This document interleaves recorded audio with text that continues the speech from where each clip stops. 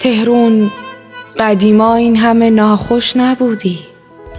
بدمست بودی اما لوتی کش نبودی. چند تا نفس کش قصه ها تو گوش کرده، رو پوستت سیگارشو خاموش کرده.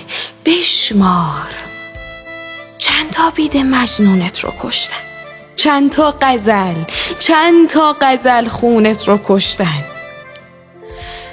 گل پونه نعنا پونه، آی تهرون خسته، چهرازی جمشیدهای دل شکسته. بچه یتیم و مرد سیلی خورده تهرون، کندوی قیصرهای خواهر مرده تهرون. هر قدر سرداری همونقدر دار داری. دلبر که جان فرسود از او بسیار داری. گفتم یه عیشی عشرتی، گفتی به وقتش.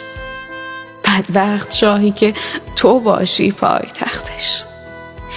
من نارفیقم، جون اونا که رفیقن. حلوای چند تا مرد خور بودی دقیقا. تهرون، اون از قاجارتینم روزگارت. اسمت رو کردن رو خودت سنگ مزارت. دیروزت اون، حالاتم این. بس نیست یعنی؟ گفتی مشخص کن، مشخص نیست یعنی؟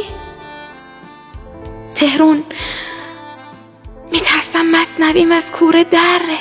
اینا که گفتم شعره، الباقی شره. یک قرن رنگ آسمونت گرگو میشه. کی دیگه، کی حال تو با ما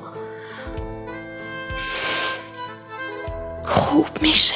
ایران من، تاریخ از روز ازل، شعری که میخواند تویی